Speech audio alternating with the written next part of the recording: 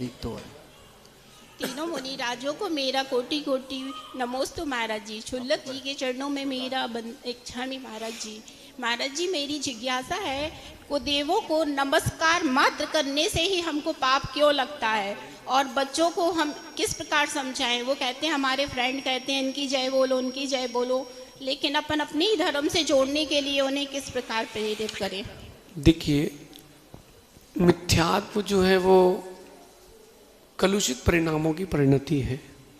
दुनिया की सबसे कीमती वस्तु अगर कोई है तो उसका नाम सम्यक्त्व है, आपकी श्रद्धा है। बच्चों को बचपन से ही सिखाएं कि तुमको यहां ही जाना है, लेकिन दूसरे का अभिनय नहीं करना है। भारत में बहुत सारे धर्मों को मान्यता है।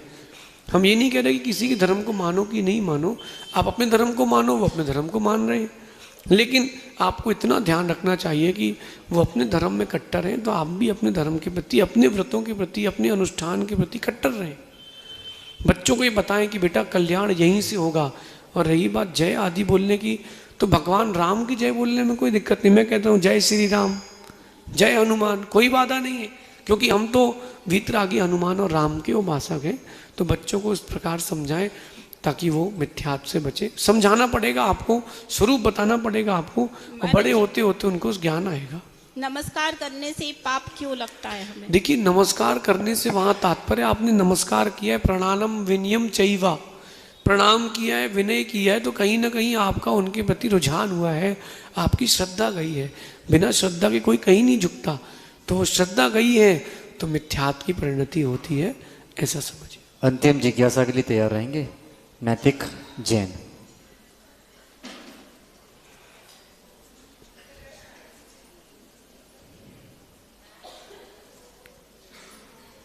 जल्दी आ जाओ भैया।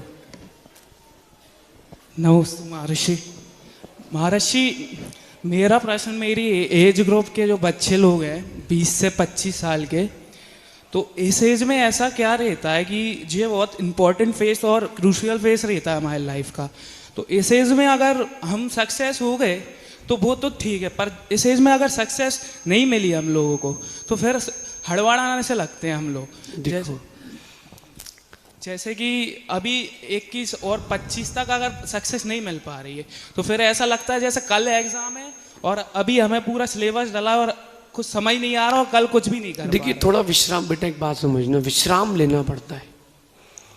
यहाँ आने के पहले मैंने 1 घंटे शांति से अपने कक्ष में व्यतीत किया, समय करी, फिर मैं यहाँ आया हूँ। क्यों, ऐसा क्यों? क्योंकि यहाँ मेरे पास कोई किताब तो है नहीं, आपके प्रश्नों का उत्तर मुझे रैंडमली देना है। जब तक मेरा मन शांत नहीं होगा तब तक मैं उत्तर कैसे दे पाऊंगा? जो ये बीच का वक्त है बेटा, यही तो कठिन है।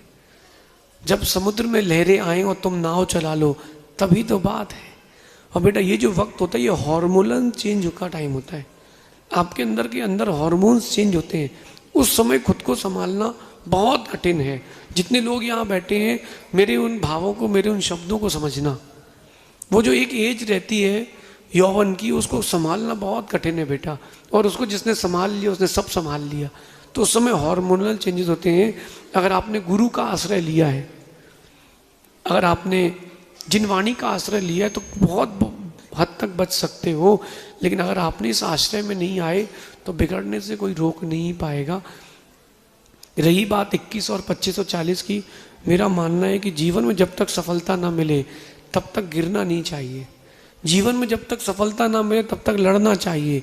मेरा विश्वास है सफलता एक दिन जरूर मिलेगी। एक आचार्य हुए हैं कुंतु सागर जी, ऐनापुर वाले, लगभग 100 साल 125 साल पुराने हुए हैं। उन्होंने 50 साल की उम्र में तो दीक्षा ली। 50 साल की उम्र में दीक्षा लेकर के उन्होंने फिर आगे संस्कृत पढ़ना चालू करी। एक विद्वान से संस्कृत पढ़ी, सीखी। 60-65 साल की उनमें उन्होंने ग्रंथ लिखे, और एक भावत्रय फल प्रदर्शी नाम का ग्रंथ है, वो उनका लिखा हुआ है। और इतना मधुर ग्रंथ है कि आप बोलोगे कि क्या बात लिखी है।